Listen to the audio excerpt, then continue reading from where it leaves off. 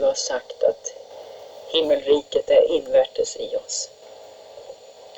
Tack att du har gett oss den heliga ande som en underpant på vårt arm. Jag tackar dig för att riket finns inom oss genom hans närvaro. Som ett förskott, som en försmak, som en förstlingsgåva. Jag prisar dig, Herre, för att du har berett åt oss härlighet och godhet i Kristus Jesus i evigheternas evigheter. Och Herre, jag ber dig att du skulle uppenbara i våra hjärtan den här stunden. Att du skulle vittna med vår ande om den härlighet som du har berett. Att vi skulle få bli närmare bekanta med den himmelska härligheten.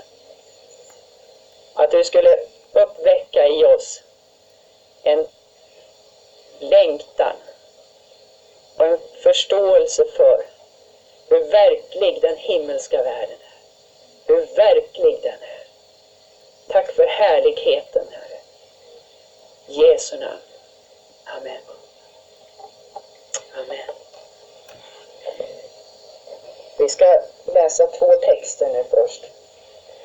Det ena, igår så tittade vi på himmelen utifrån olika sammanhang i skriften. Och jag sa att idag så ska jag berätta lite om vittnesbörd som är i linje med skrifterna. Om människor som har blivit upptagna till himlen av Herren. Och jag ska läsa ifrån Hebreerbrevet 11. Den text som vi läste där igår. Ifrån vers 8. Genom tron var Abraham lydig när han blev kallad. Och han drog så ut till det land som han skulle få till arvedel. Han drog ut fastän han icke visste vart han skulle komma. Genom tron bosatte han sig så som främling i det utlovade landet, lika som i ett främmande land, och bodde i tält med Isak och Jakob som var hans medarvingar till samma löfte. Ty han väntade på staden med de fasta grundvalarna, vars byggmästare och skapare är Gud.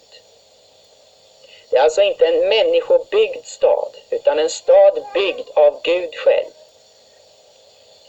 Det är inte det jordiska Jerusalem, för det är uppbyggt av människor, utan det himmelska Jerusalem. Genom tron fick jämväl Sara, fast en överårig kraft, att bli stammoder för en avkomma i det att hon höll för den trovärdig som hade givit löftet. Därför föddes och av en och samma man en som var så gott som död, avkomlingar så talrika som stjärnorna på himlen och som sanden på havets strand som man icke kan räkna. I tron dog alla dessa, innan det ännu hade fått vad utlovat var. De hade alena sett det i fjärran och hade hälsat det och bekänt sig vara gäster och främlingar på jorden. Det som så talar ger ju därmed till känna att de söker efter ett färdnesland. Abraham och Isak och Jakob, de visste att det Israel, det Kanans land som de var i, var inte det sanna färdneslandet. Och då står det så här: och om de hade menat det land som de hade gått ut ifrån, så hade de haft tillfälle att vända tillbaka dit. Det land de sökte efter var inte det kaldeiska eller kaldén som de hade dragit ut ifrån. Men nu stod deras håg till ett bättre land, nämligen det himmelska.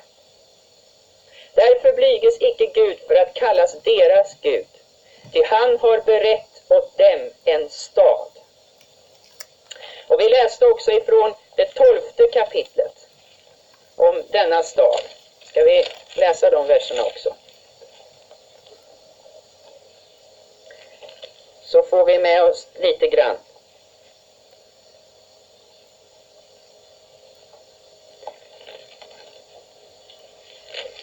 Av det vi gick igenom igår. Ifrån vers 22. Nej, ni har kommit till Sions berg och den levande Gudens stad, det himmelska Jerusalem, och till änglar i mångtusental. Vi har vårt medborgarskap i himmelen.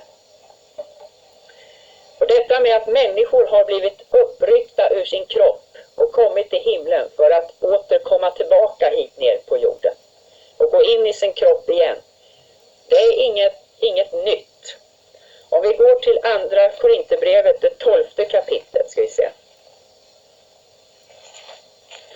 Andra Korinterbrevet, det 12:e kapitlet.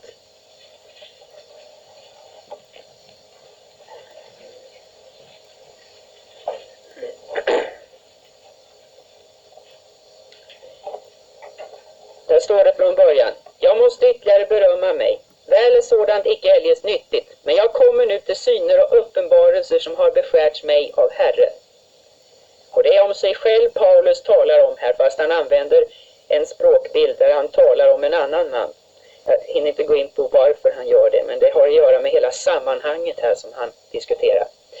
Jag vet om en man som är i Kristus, att han för 14 år sedan blev uppryckt ända till 3:e himlen. Huruvida det nu var i kroppslig måtto eller om han var skild från sin kropp, det vet jag icke. Gud alena vet det. Ja, jag vet om denne man att han, huruvida det nu var i kroppslig måtto eller om han var skild från sin kropp, det vet jag icke. Gud alena vet det. Jag vet om honom att han blev uppryckt till paradiset och fick höra outsägliga ord, sådana som det icke är lovligt för en människa att uttala. Det Paulus säger här, det är att han blev uppryckt till paradiset, till den 3:e himlen. Och han var inte säker på om han var där tillsammans med sin kropp eller om det bara var den invärtes människan, anden och själen, som var iväg. Och det beror på att vår invärtes människa har en gestalt som exakt liknar skalet, kroppen som den finns i. Din ande har en skepnad och din kropp är bara en avbild av din ande. Så när anden lämnar kroppen, anden har händer, armar, ben, fötter, tår, ögon, näsa, mun, allting precis som vår kropp har. Och det här skalet som vi bor i, det är bara gjort efter andens modell så att säga. Jag skulle kunna ha en bevisföring från skrifterna med det här, men det är inte vårt ämne idag. Va?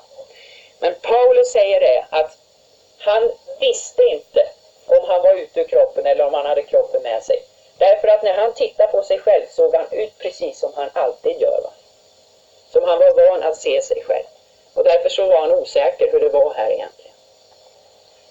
Och han blev alltså uppryckt till paradiset. Detta bättre land som det står talas om. Ett bättre land som Abraham och de sökte efter och väntade på att det skulle komma. Vi talade om igår, därför att en av de människor nu som nyligen har blivit uppryckta till himlen är en 82-årig man i USA som heter Dr. Collet. Han har alltså varit missionär större delen av sitt liv i Sydamerika. Och det här hände alltså i Sydamerika. Jag tror det var 5,5 jordiska dygn så var han borta från sin kropp. Och indianerna som han har missionerat ibland och fått frälsta stod och vaktade hans kropp i djungeln när han var borta. Och han kom upp till himlen och vid ett tillfälle så, jag har bara hört ett band. Jag har bara haft tillgång till det där han har berättat om sina upplevelser och det var väldigt komprimerat. Jag hörde när jag var borta i USA nu i februari att han har spelat in en serie på 12 band där han berättar allting han var med om, allt Jesus sa till honom. Det ska jag skaffa mig. Men i alla fall, vid ett tillfälle så frågade han Jesus vad himlen är för någonting, vad paradiset är för någonting. Och då svarade Jesus honom på det här sättet: det är en planet som är 80 gånger större än jorden, sa Jesus till honom. Planet 80 gånger större än jorden. Men den har alltså en andlig substans. Den ingår så att säga inte i den fysiska skapelsen. Men vi såg igår att de andliga tingen har en precis lika stor verklighet som de fysiska. Bara det att de är av en annan substans. Det jag ska berätta mest om här nu, det är en ung kille som jag själv alltså träffade och var hemma i hans hem och besökte. Han heter Robert Lardon och han är nu 17 år gammal. När han var 8 år gammal, det tog det bli 1973 eller något sånt där. Jag tror det var 73 eller 74 någon gång. Så var det en kväll när han var alltså 8 år gammal och han var uppväxt i ett hem med en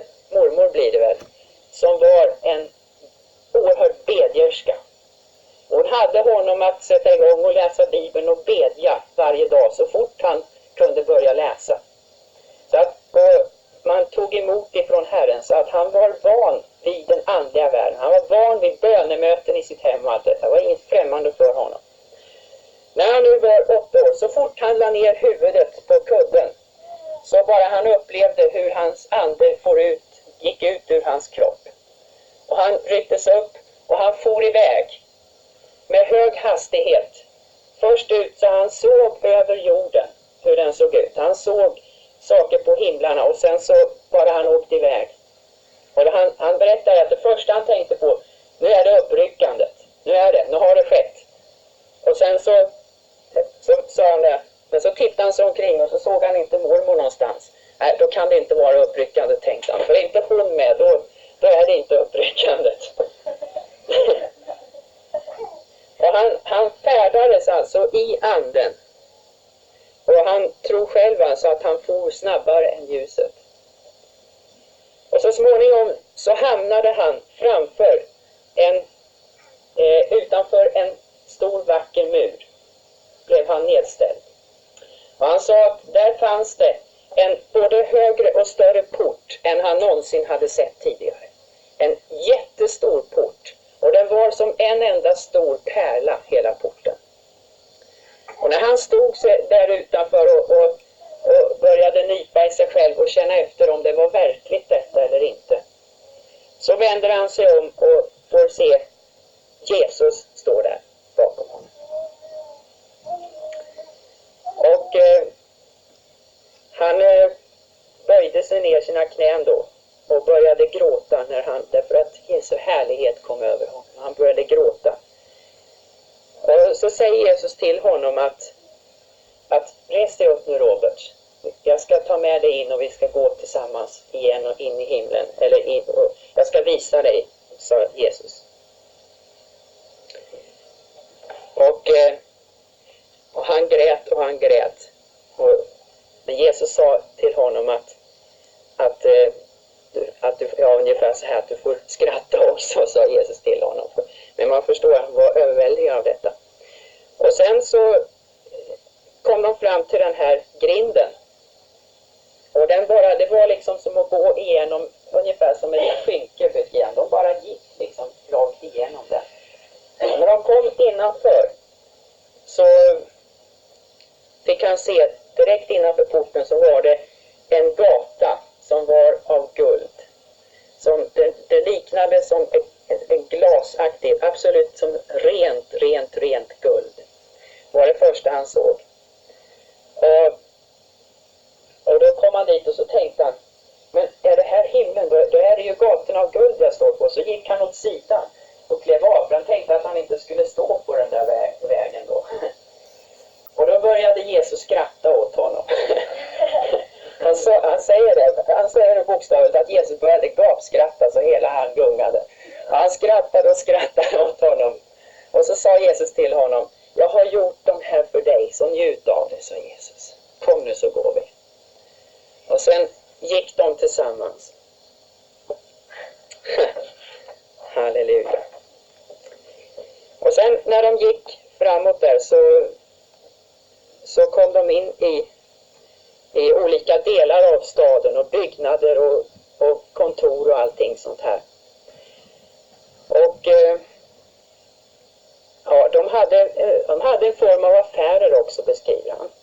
Och så småningom så kom de fram till ett ställe där de gick in då.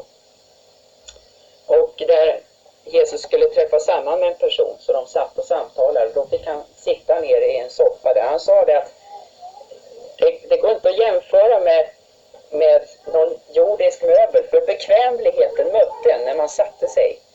Han sa att man kunde sitta hur länge som helst i samma ställning utan att känna det obekvämt. Det var inbyggd bekvämlighet i soffan, sa han. Det var så ljuvligt att bara vara där.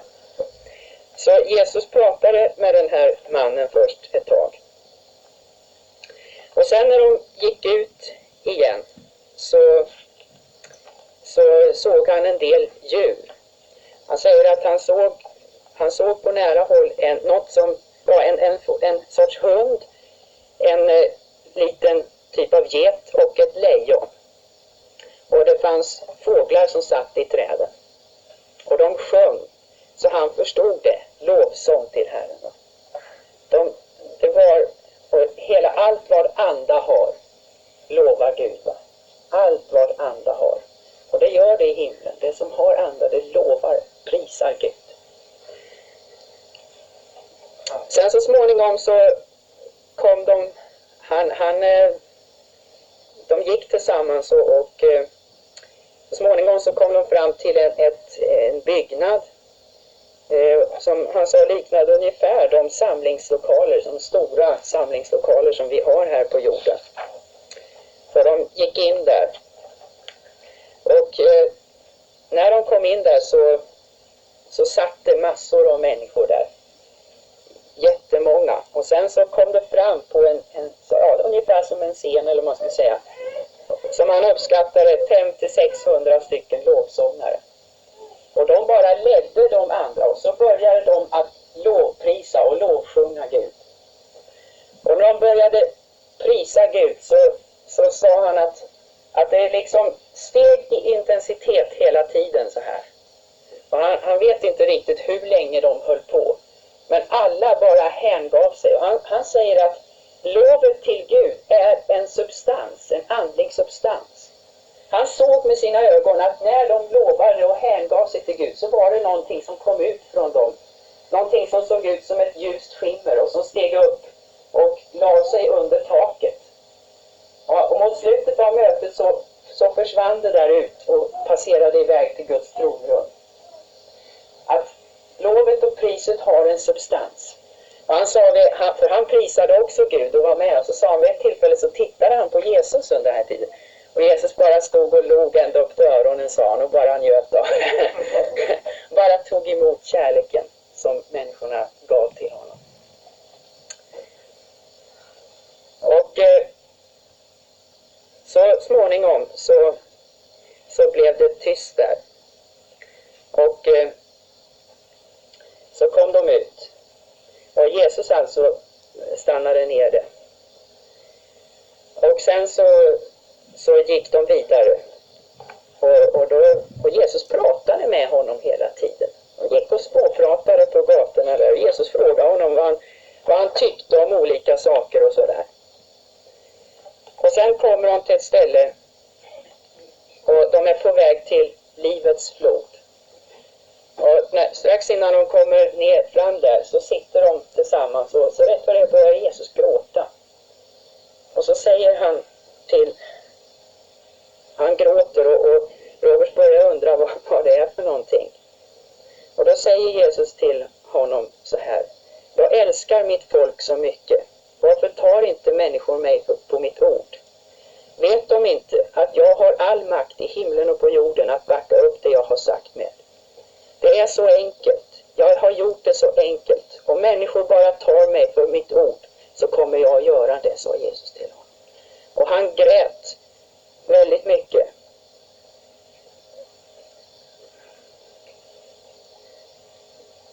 Och så fortsatte han och prata med Robert. Så han sa till honom att jag förstår inte varför människor säger att de tror att jag vill göra någonting.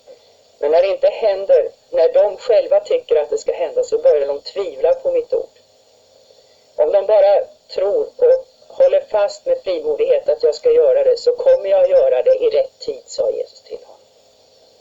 Och Jesus grät på grund av otro. Och de var där tillsammans och pratade om detta. Alltså det här är ju bara fragment som han har berättat av det som skedde, av allt det de sa och så här. Så småningom så kom de fram till den här livets flod och då hoppade de i och badade i livets flod. Och Jesus lekte vattenlekar med Robert. För att han var en pojke. Och de lekte i vattnet och Jesus kastade vatten på honom och de höll på och plaskade där och hade skojigt. Och han säger det att vid det tillfället, när Jesus hade stängt ner honom och doppat honom lite i vattnet, sa han: förut så hade han varit min Herre och min frälsare. Nu blev Jesus min vän. Nu blev Jesus min vän. Och man kan inte undgå att upptäcka det när man träffade Roberts nu. Att Jesus verkligen är hans vän. Det märktes på hela hans sätt att vara och tala. Och han sa det att det vattnet som är i livets flod, det är mycket annorlunda än någonting annat på jorden. Därför att när du går in i det så har det en renande effekt på sinnet. Och faktum är att ett annat vittnesbörd som jag kanske hinner komma in på, en kvinna som också kom upp. De fick alltså bada i denna flod för att tvätta bort det sista av det jordiska, så att säga. Att ingen ska känna sig ovälkommen när man kommer dit upp. Och man liksom ska tänka på vad som har varit på jorden och sådär. Utan man blir renad i sitt sinne genom att bada i den här floden. Och när man går ner i den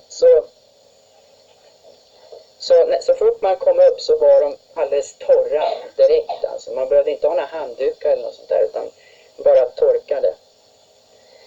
Och sen så gick de vidare tillsammans.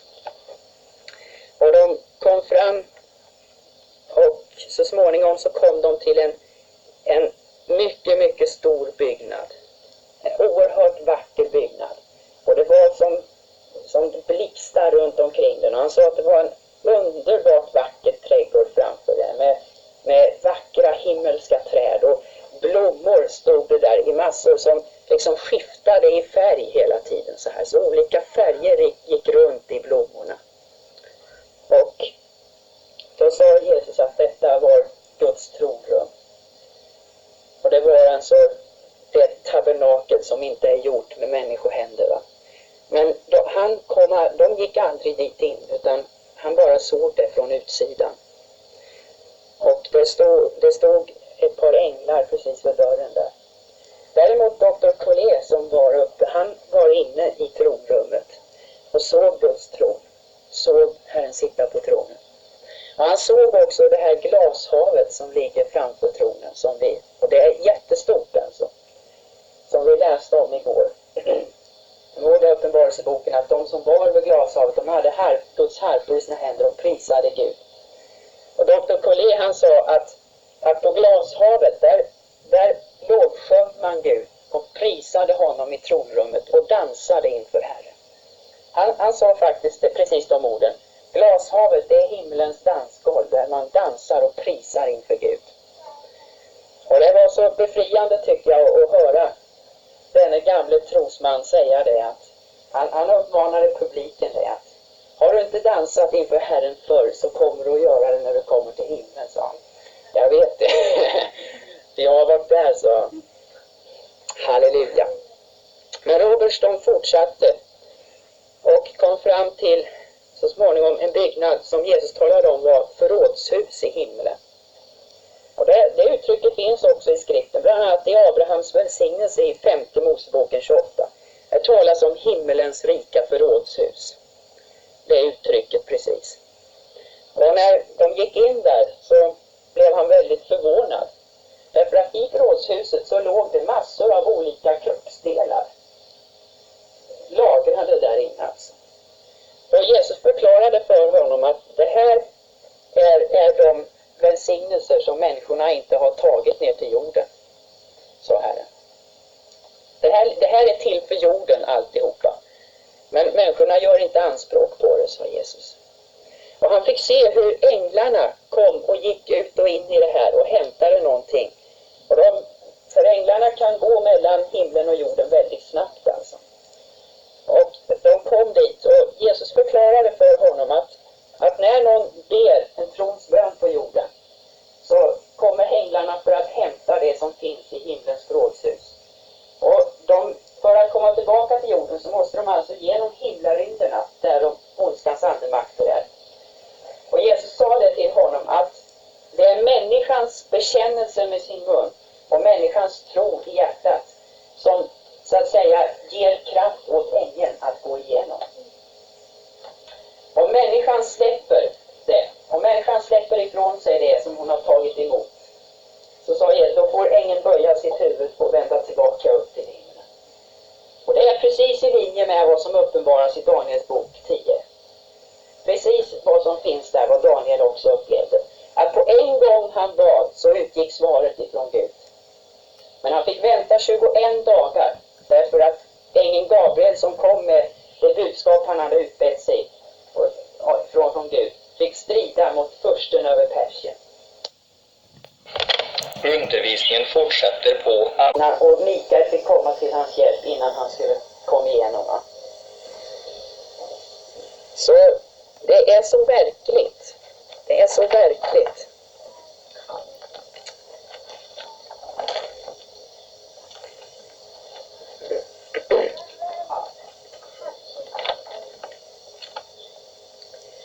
Och så han var inne och gick runt i det himmelska Jerusalem. Och den här killen, eller vad man ska säga, han är inte en kille i anden, men han är väldigt uppvuxen i sin andliga människa. Men han är precis som en 12-åring också. Va? Det är så ljuvligt med honom alltså. Jag hoppas att vi ska kunna bjuda honom hit till Sverige till nästa år. Han var väldigt intresserad av det. Han har en oerhört kraftfull tjänst alltså. Och det är väldigt intressant. Så han kom tillbaka hit ner sen så småningom. Och Jesus kallade honom in i tjänst. Och han har tjänat Gud sedan han var 12 år gammal tror jag. Så han reser alltså runt nu trots att han inte har gått ut gymnasiet än. Och förkunnar och predikar, undervisar. Det finns en annan kvinna som heter Rebecka Springer. Och det går tillbaka till början av det här århundradet när hon blev uppryckt till paradiset. Och det var samma sak där. Hon lämnade alltså sin kropp. Och då var det en där som mötte henne. Och det gick iväg. Men hon minns ingenting av själva färden. Utan hon minns bara att hon helt plötsligt befann sig på en underbar gräsmatta. Fylld av blommor och en oerhört vacker vy som hon såg. Och hon liksom vaknade till och var där då. Och hon började se sig omkring och hon upptäckte så perfekt allting var. Inget damm fanns det där. Ingenting som var smutsigt. Frukterna på träden, när de var mogna, om ingen kom och tog dem och åt upp dem, så när de föll ner på marken så förintades de bara på en gång. Det finns ingenting som orenar i himlen. Det finns ingenting som smutsar ner där. Och hon sa det att färgen som var på skyn var det mest ljuvliga man någonsin kunde tänka sig. Man upplever Guds närvaro så oerhört starkt var man än är naturligtvis. Så är man liksom vandrar i Guds närvaro och upplever honom. Huvudbetoningen på hennes berättelse ligger i hur hon träffade olika vänner som hon hade haft under sitt jordeliv. Och personer ifrån familjen. Och vilken oerhörd glädje det var för dem att träffas igen.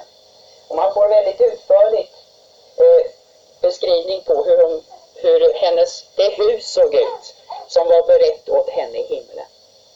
Det finns, för Herren ser till att det blir förberett åt oss och vi kommer att få bo precis som vår djupaste längtan är, precis som vår smak är. Därför att det finns alltså många olika typer av byggnader och stilar och så där uppe.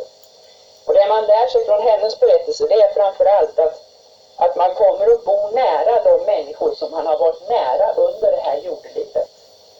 En vänskap i Kristus är en evig vänskap. Och hon bodde nära personer som hon alltså har samarbetat med och haft gemenskap med. Och hon mötte inte Jesus på en gång, utan det var alltså släktingar till henne som mötte henne och visade henne till rätta. Och hennes hus var gjort till största delen av en mycket vacker marmor som man alltså kom in i. Hon beskrev de olika rummen, jag minns inte nu, men de var alltså utsmyckade. I ett rum så hade man liksom lagt in rosor i väggarna i marmor på något sätt, jag vet inte hur, men som bara fanns där överallt i väggarna och som smyckade ut rummet sådär. Det var vackert.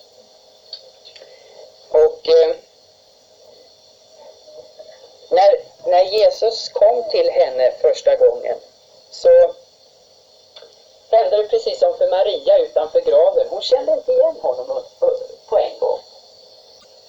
Utan hon trodde att det var aposteln Johannes. Därför att han hade en sån kärleksfull utstrålning från ansiktet som märktes liksom utöver alla andra, även om de var fyllda av härlighet och ljuvlighet.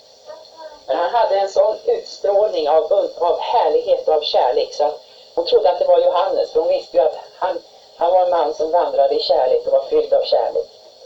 Så när Jesus kom in i hennes hus och hon började prata med honom så kände hon inte igen honom först. Och sen när de pratade där så sa hon att rätt vad det var så bara det liksom föll bort från och jag såg honom in i ögonen och jag såg vem det var. Och hon föll ner för hans fötter och började gråta på en gång och han strök henne över håret så här och bara utgöt sin kärlek över henne. Och sen så sen stannade han en god stund och de satt i soffan där och samtalade med varandra. Och sen gick han vidare.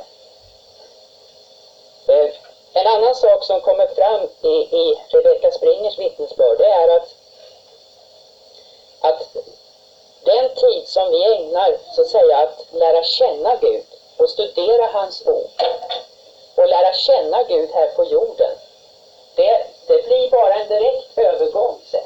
De människor som vi säger blir frälsta på dödsbädden, de tar man hand om när de kommer upp och de får gå i en särskild undervisning där de får så att säga lära känna Guds vägar, va? Och där de undervisas av andra personer.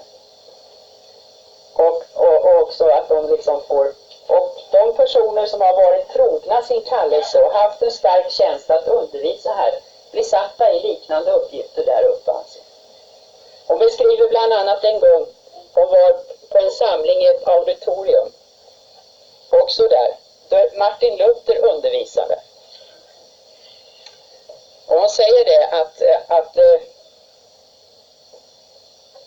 det var en sån, för att de människor som har använt sin tid här på jorden och tränga in speciellt i särskilda ämnen får det ännu mer uppenbarat för sig när man kom. Så man gav alltså förklaringar och talade om livet i Gud och så här. Och hon sa att det var helt underbart. Sen kom John Wesley upp efter honom och talade om kärleken till Gud och om tillbedjan inför Herren. Och sen mot slutet av den samlingen så kom Jesus själv där och klev in och då kom de i en tillbedjan inför honom. Så att när de bröt upp sen så gick allihopa hem till sig i tillbedjan inför Herren. Det här är liksom bara fragment av deras berättelse. Men det vi kan se utifrån det är att livet i den andliga världen har en verklig substans. Och att himlen är en skapad plats, jorden är en skapad plats. När Gud har skapat så har samma principer gått igen i hela hans skapelse. Till exempel principen om sådd och skörd. Det är en princip som går igen i Guds skapelse på olika plan. Det man sår, det skördar man. Till exempel. Och därför så är, som jag sa, den här fysiska världen, fysiska jorden, det är en materiell avbild av den osynliga, den himmelska världen. Och vi såg också igår att vi kan förstå och ha en uppfattning om den osynliga världen genom att se på den synliga som Paulus. Det är bara det att den här världen har ju blivit förstörd och fördärvad på grund av synden och förbannelsen som har levt runt här på jorden. Men vi pratade också om igår att det finns i varje människa här inne en längtan efter paradisets tillvaro. Det finns en längtan efter att kunna få leva på detta. I denna totala frihet ifrån allt vad ondska heter. I en total fullkomlig renhet. Så finns det en längtan hos alla människor efter detta. Och genom Jesus Kristus så kan vi komma dit. Genom Jesus Kristus så kan vårt namn skrivas i himmelens bok. Om vi tar emot Jesus som vår frälsare. Om vi bjuder in Jesus i vårt liv så blir vi hans medarvinnare.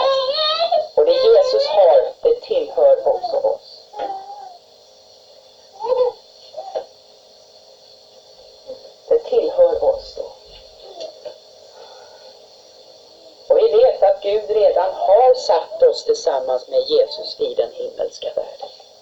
Vi har redan en plats där som väntar på oss. Och Jesus han sa det att i min faders hus är många boningar. Och om så inte vore så skulle jag nu säga att jag går bort och bereder rum åt er. Är det så att husen inte räcker till, då ser Gud till att det finns så att det räcker. Underbart. Det är underbart. Och jag tror att vi kommer att komma in i en tid nu då det kommer att bli mer och mer vanligt att människor kommer att komma upp till himlen. Och vi kommer att höra många sådana här vittnesbörd.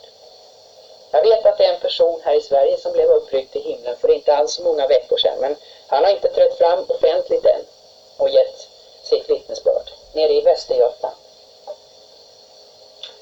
Men det är därför att Gud vill få våra sinnen till det himmelska. Att vi ska vänja oss vid och bara se mer och mer in i den andliga världen och samarbeta med den mer och mer. För vi kommer att komma in i ett oerhört intensivt skede här på jorden mycket snart. Mycket snart. Som jag sa här på förmiddagen. Guds makt och kraft kommer att bli uppenbarad på den här jorden som aldrig någonsin förr. Roberts berättade om att han hade en vision förra året. Inte så att han var uppe i himlen, utan i en vision så såg han upp i himlen. Och han såg att på det ställe där eldvagnarna hade stått, alltså änglarnas stridsvagnar hade han sett var de stod parkerade i himlen. Och han fick se den platsen. Därför att Jesus hade sagt till honom då att vid varje stor väckelsevåg från Gud, vid varje besökelsetid från Gud, så har dessa vagnar varit utsända ner till jorden. Och förra året fick Robert se att platsen där han hade sett de här var tom. Och så talade Gud i hans ande och sa, de är inte kvar här, de är på väg till jorden. Och så talade Herren om det till honom, att det kommer att komma en tid över jorden som aldrig någonsin förr. Därför att Guds härlighet ska bli manifesterat och allt kött ska se det. Allt kött ska se det. Gud tänker inte förlora de stora människoskarorna. Många, miljontals människor kommer att komma in i Guds rike inom en mycket snar framtid. Halleluja! Prisat vare Herren. Prisat vare Herren.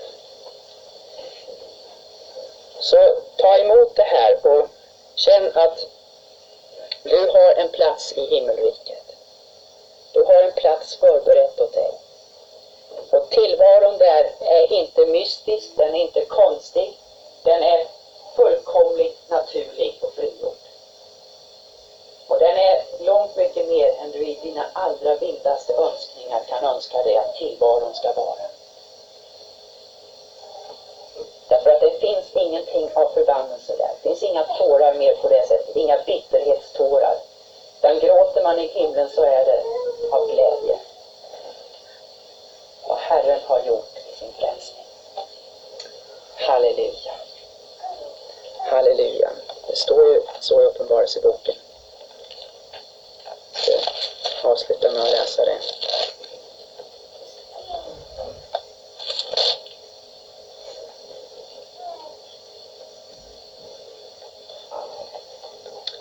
Det står så här: ingen förbannelse ska vara mer, och Guds och Lammets tron ska stå där inne. Och hans tjänare ska tjäna honom och ska se hans ansikte. Och hans namn ska stå tecknat på deras pannor, och ingen natt ska vara mer. Och det behöver icke någon lampas ljus, ej heller solens ljus. Det Herren Gud ska lysa över dem, och det ska regera i evigheternas evigheter.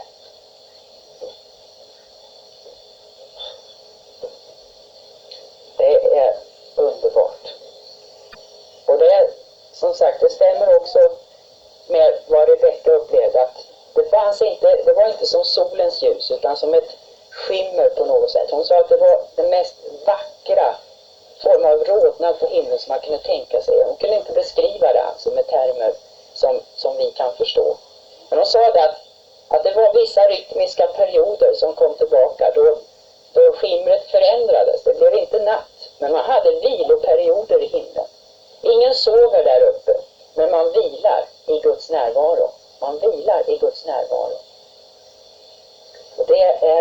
en del av livet. Halleluja, prisat vare Herre. Och vi tackar dig Herre för att du har tagit upp människor på besök till dig för att uppmuntra oss och styrka oss med deras vittnesbörd. Vi tackar dig Herre för det. För att du låter oss få en vision, en bild av vad som väntar oss Herre. Att vi kan vara vissa om att den härlighet som ligger framför, den är så oerhört mycket större än det av motstånd och allt som konfronterar oss i den här världen som vi kan möta. Det som ligger framför är så mycket större, så mycket mer värt. Och vi prisar dig för att du är en god Gud. För att du är en god Gud. För att du bara ger det som är gott.